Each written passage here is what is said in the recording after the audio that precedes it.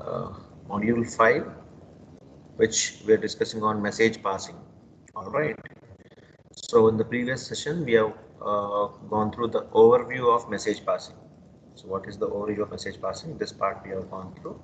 So, and now today we are trying to focus on implementing the message passing as well as the mailboxes. Okay. So by today we are going to complete these topics. So let me go on to the concept of implementing message passing. So previous class, all these topics we have seen. So let us start from here. The implementation of message passing. All right. So, so what is meant by implementation? Implementation prospective means what?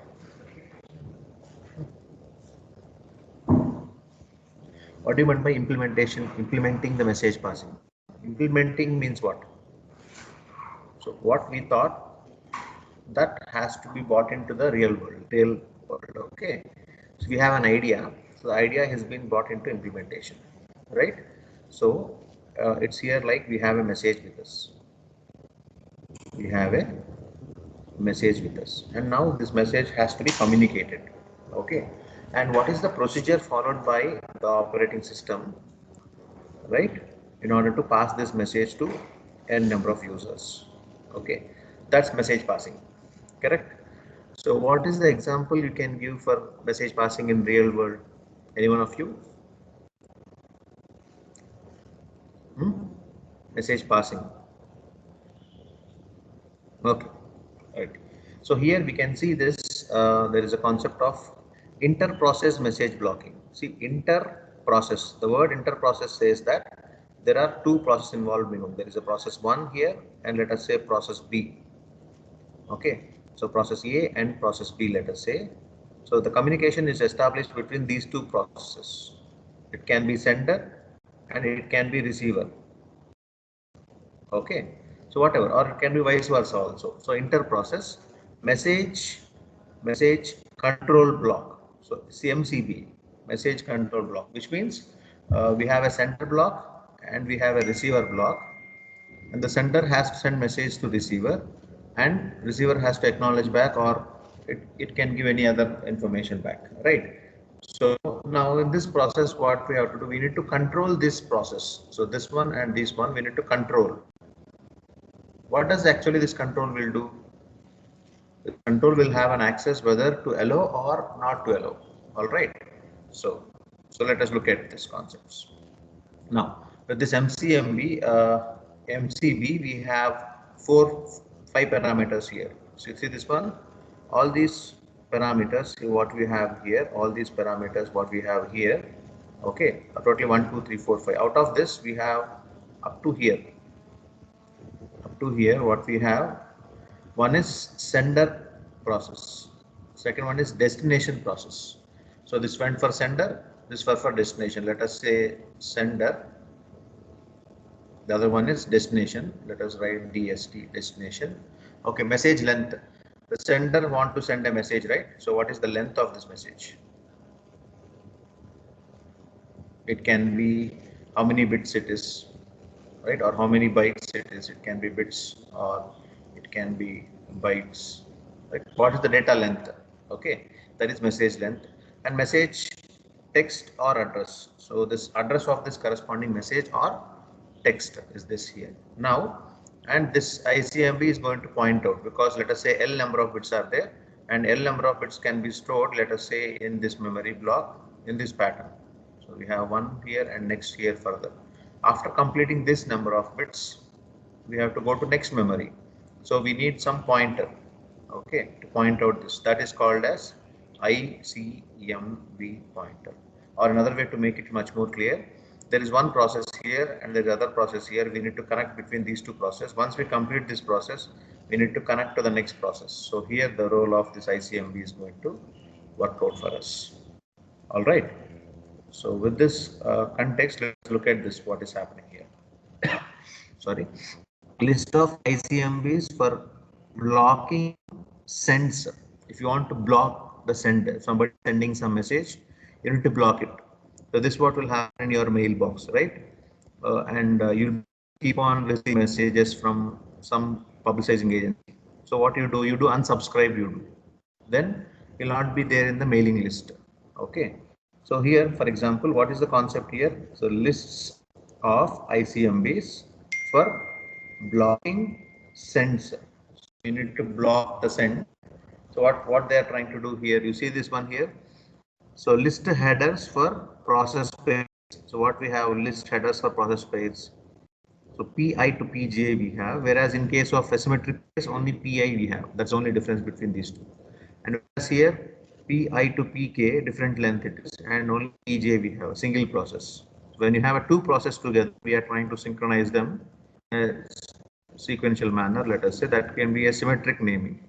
As here this is a asymmetric naming. Okay, so this all this you have two different kinds of process.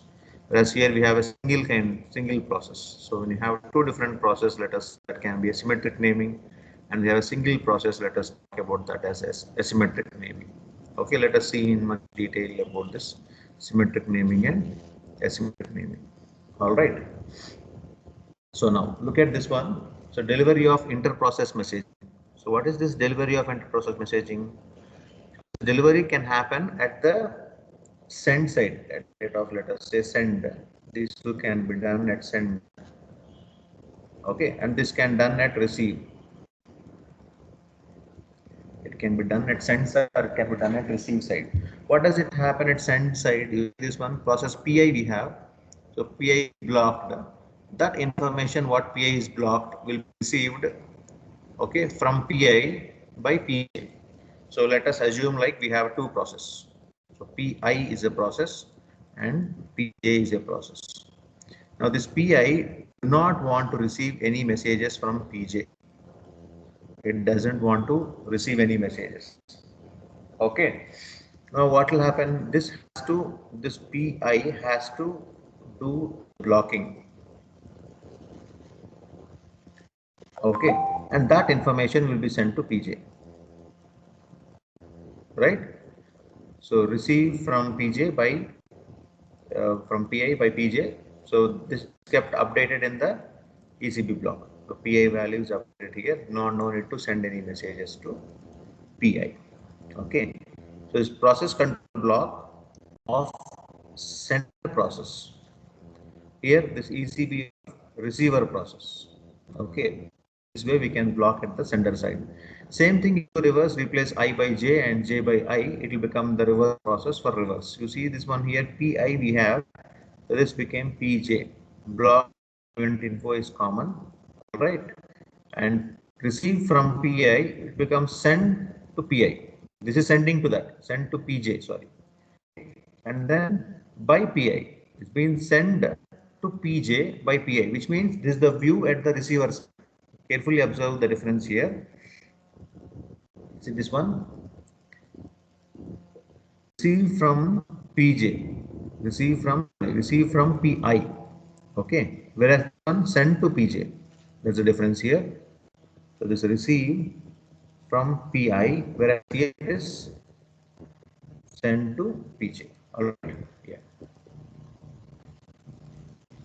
So next one, we need to remember these things here. An event control block. Where is event control block? These two here. We have an event control block. Here also we have event control block. It has three fields. It was they are saying. What are three fields? Description of the anticipated event. So this was the description. So here we have a description. Here also we have a description. Okay. And next we have ID for a process that awaits the event. ID of the process that awaits the event. See this one is the ID. Okay, and this also is the ID. So that's the ID of the process that awaits the event, and then an ECB pointer for forming ECB lists. So we have an ECB pointer to form the ECB lists. So these are the three things what ECB is going to do. ECB means what? Event control block. ECB is what? It's an event control block. Now, if you can see this one, so this complete thing is completing from here to here is at the rate of send. So we have seen the diagram, right? Same diagram is given in the form of algorithm part, and this is at receive, at the receiver side. Okay, so let us focus on up to this part. Let us focus on this much. Okay, this much. Let us look at this. Okay, look at first one. Okay, first one at send. Carefully observe this at send. This one is at receive. At send, what we have at send to PJ by PI. So what does this mean? There are two blocks, PI and PJ. Two blocks are there. It's clear for us. At send to PJ by PI. See, PI to PJ. So this becoming send. Correct? Now step here. First, what we'll do? Step 1, step 2, step 3, step 4. There are 4 steps here to be done. Okay. So S indicates your step. Okay. Step 1, step 1, 2, 3, and step 4. These are the 4 steps what we have. Step 1 is what? Create an IMCB. So we have seen first, right? This one. Let us just show that to you. IMCB. You can see this one. This one is your IMCB. So we need to create this first. First, they are trying to do. They are trying to create an IMCB. Okay, IMCB is created and initialize its fields. What all its fields are there? You look at the fields. What all it has. How many fields are there in that? Total how many fields are there inside this? How many are there? 1, 2, 3, 4, 5 fields are there. Correct. So all these 5 fields we need to initialize. So that first step is done. What is the first step? We need to create an ICMB and we need to initialize all the fields, sender address, receiver address, or let us say destination address, length of the message, address of the message, ICMB pointer, all these values will be initialized. Okay, it's initialized. After that, what we need to do? We need to check for if an ECMB if we have an ECB, sorry, we have an ECB for a sender to PJ by PI. So if this exists, if this PI, see PI may not send information to PJ every time, right? Whenever this PI want to send to PJ, then only it will initiate. That's why if condition. If you're going to have this, then you do these things. If you do not have this, then else you do this. Either you do this or this. Either we're going to do these things or these things. When we are going to do this, if this information what PI is having is liking to be shared to PJ, then we are going to do this. If not, we'll do this, right? Okay. Let us assume like if it is there, then deliver the message to PJ. That's what we can see here, right? What if we have, see if you have ECB block, deliver the message to PJ. Correct. This is at sender side. So these two blocks is at sender side, right? So deliver the message to the PJ, right? So it's going to deliver the message. Okay, deliver the message, which means it has sent a message in blocking state. Now activate PJ. So once it is received, so this PJ is being activated. Okay, and destroy the ECB and the ICMB. So after that delivery of the message, we need to destroy the ECB and ICMB and return back to the PI. So once the message is sent, it's activated. It's going to destroy two things. ECB it will destroy and it will destroy IMCB. So these two of them it will destroy and then it will come back to PI. Is that clear? Simple. Whenever you have a sender description, PI want to send something to PJ. Okay. So we have an ECB block existing. Anyone have any queries?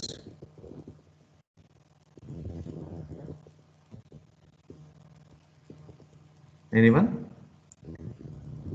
Any cross questions? Any queries? You're welcome. Yeah, fine. If not, let us go ahead.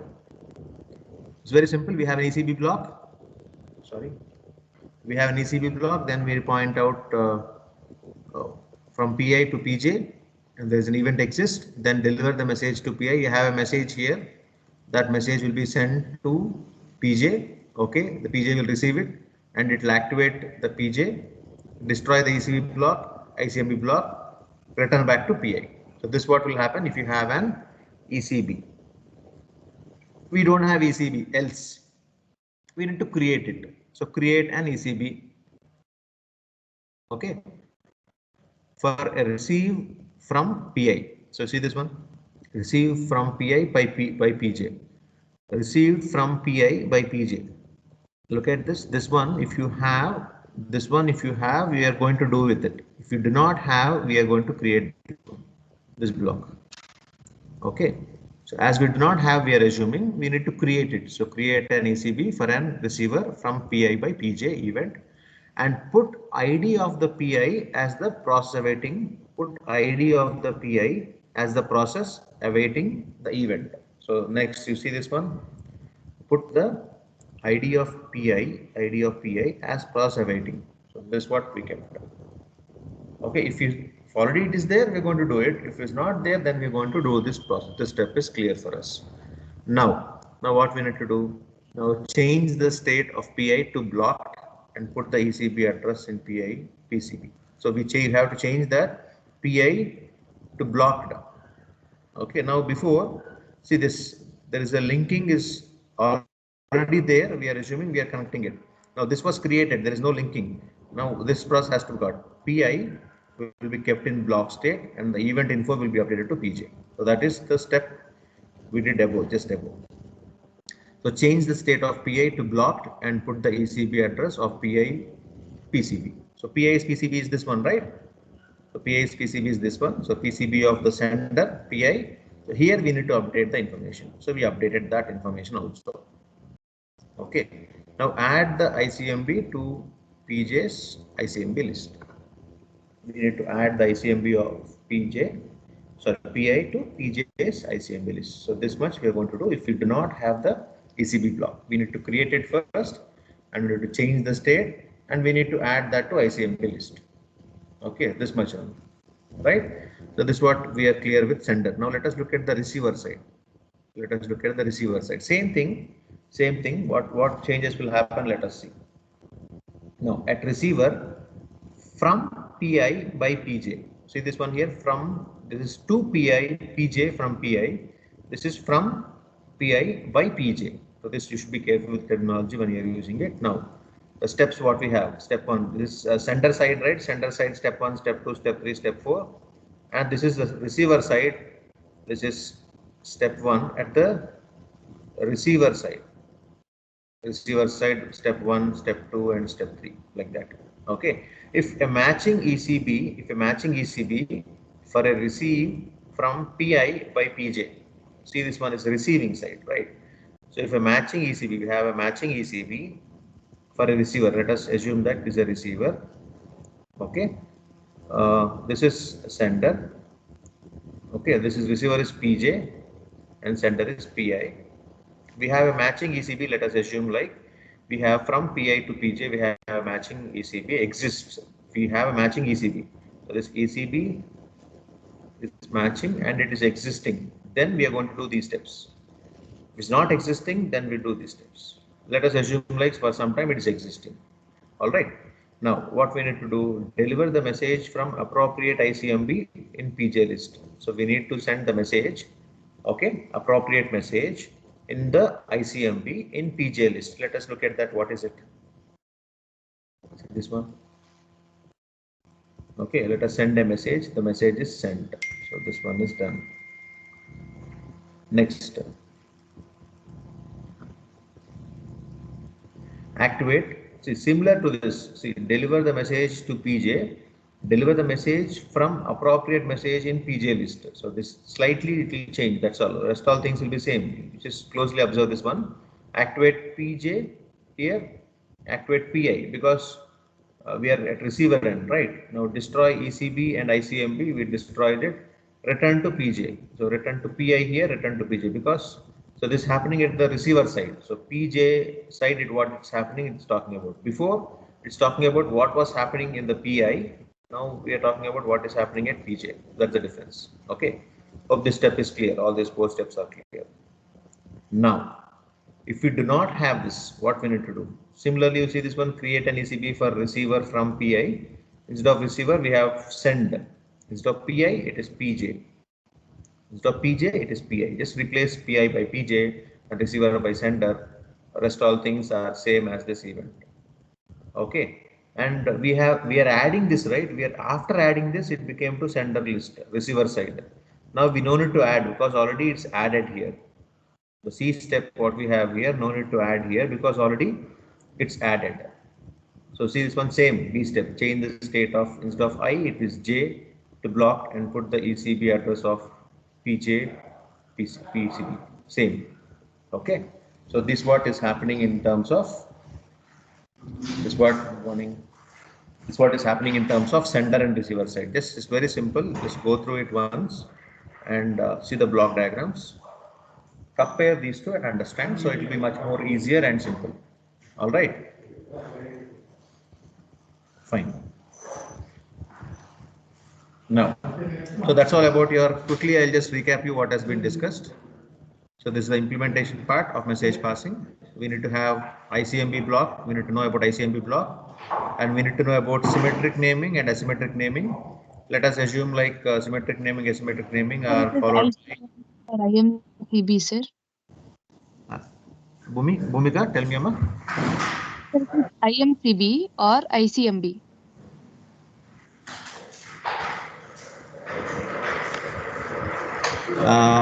Can you please repeat the question? Sir, whether it is or ICMB?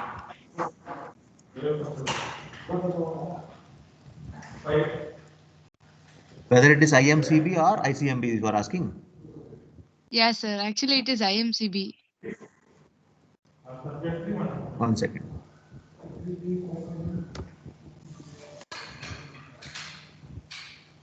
No, okay.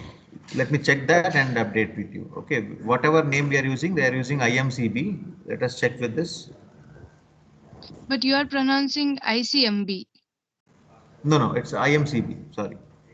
Okay, sir. Okay. Okay. So it is inter-process message control block, IMCB. Okay, if I have mistakenly done that, I'm sorry for that. But it's IMCB. You need to understand that inter-process message control block. Okay. Okay, it's sir. IMCB. All right.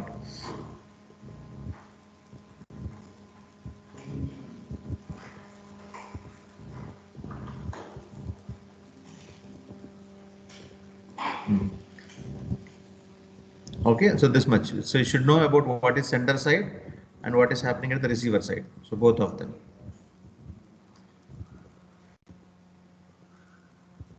So next is mailboxes.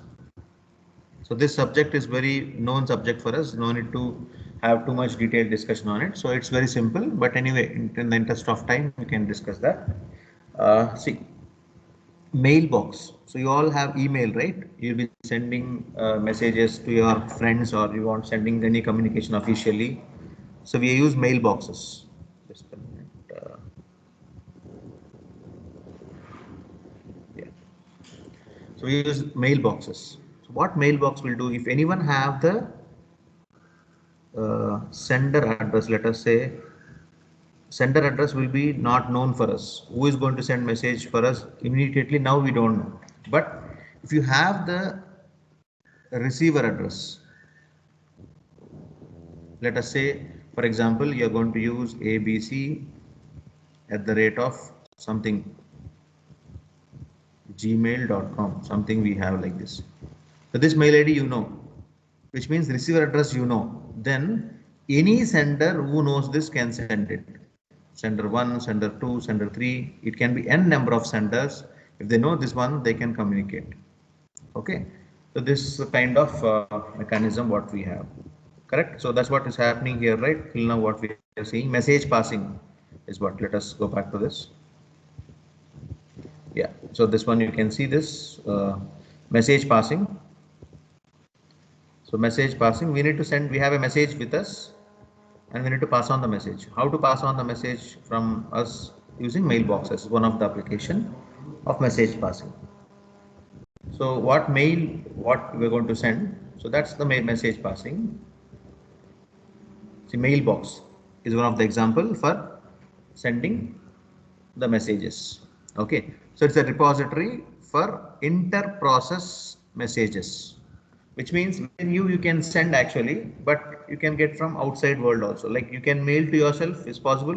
Yes, it is possible, but it is not meant for that. It is meant for the communication what you want to receive from the outside world. So inter-process messages.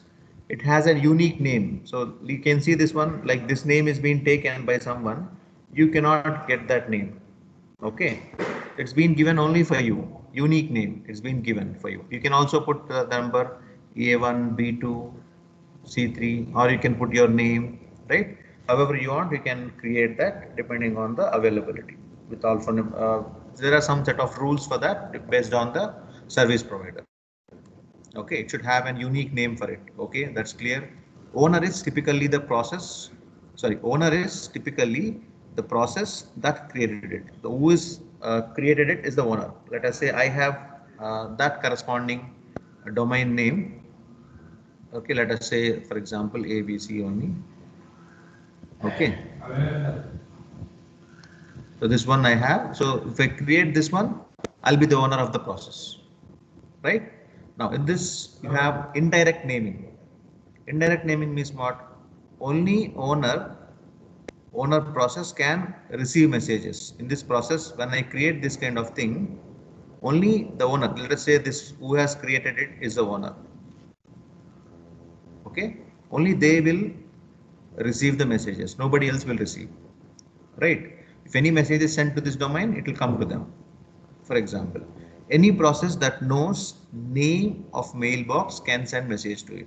If anyone, any process means anyone, the sender, anyone knows that, let us say we call it as any process known can able to send a mail for it. Okay, that's clear for indirect naming. Next, kernel may provide fixed set of mailbox names. Fixed set of mailbox name. What is this fixed set of mailbox names? Let us say we have a combination of using 8 characters. 8 characters means then what will happen?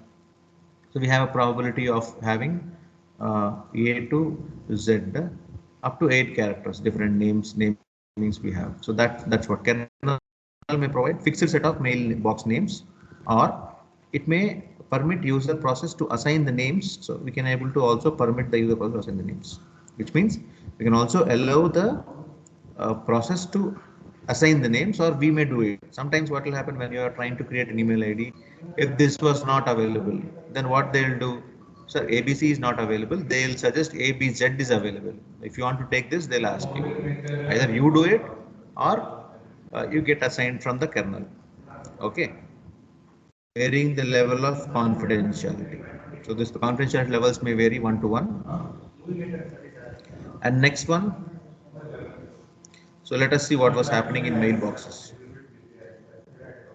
So mailboxes, we have a process PI and we have a process PJ. The two processes are there here. So this one is going to create the email. Let us say we go to compose and create, right? So like that create email, a sample file, and then we're going to send the sample to this PJ. Similarly, if this process PJ is going to send, we'll receive also, right? Here one creating and sending is being shown, but somewhere else, somebody else, maybe some other process may be sending it, we are going to receive also, which means the process can create and can receive both. Now let us see this one here. Owner of sample. Let us assume like we have a process PI. This process is called as PI. Okay. In this PI, it can receive the message from PJ, PK and PL, any number, and it can send a message from here to any of them if they know the domain name. Okay. So creation and use of mailbox sample. This is the basic idea, but they extended that to the further level. So it became mail. Mail, the name came from this mailbox. So right. So mail. Okay. So mailbox concept was adopted. So mail, we got it. Now, so that's what they call it as inbox, right? What is there inside your mail, that is called name inbox. So that's the name mailbox. From that, we have used mail and inbox concepts with that. Okay.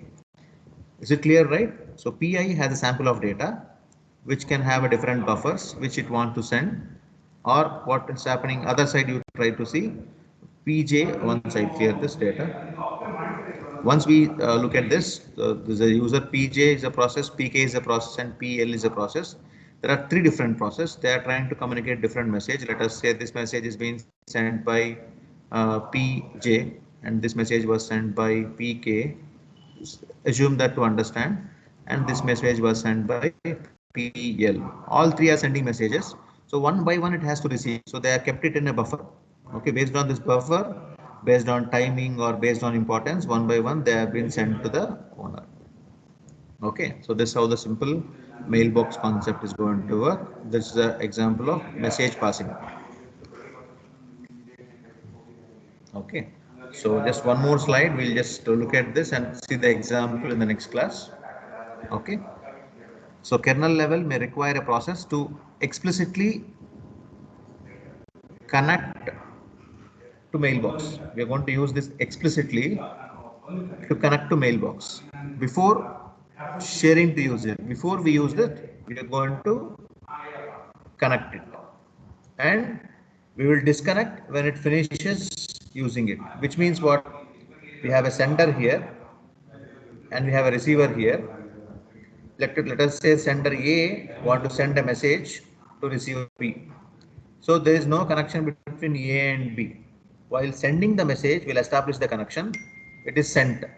Once they received it, then the establishment of connection will get destroyed.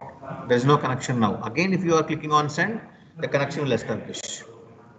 Okay. So may permit owner to destroy it. So this owner who is having it will have all the rights to destroy it or transfer the ownership, etc. It's close to your mailbox concept, but this is the main concept of mailbox. Like your email concept. Okay, but the concept of email is based on this mailboxes concept. Okay. Next, use of mailboxes has following advantages. Okay. So advantage is what? Anonymity of receiver, and we have a classification of message. Let us say you have different messages, we can classify them, and who is going to send, like we can able to find who has been sent to us. Before we do not know who has sent. Now in this advantage we can able to know who has sent it. Okay.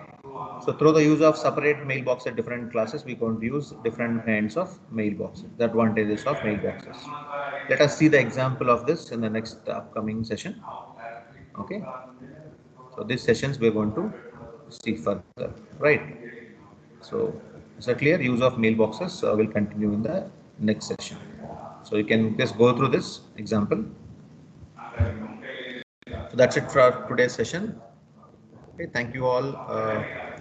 Any other queries and questions, you're welcome.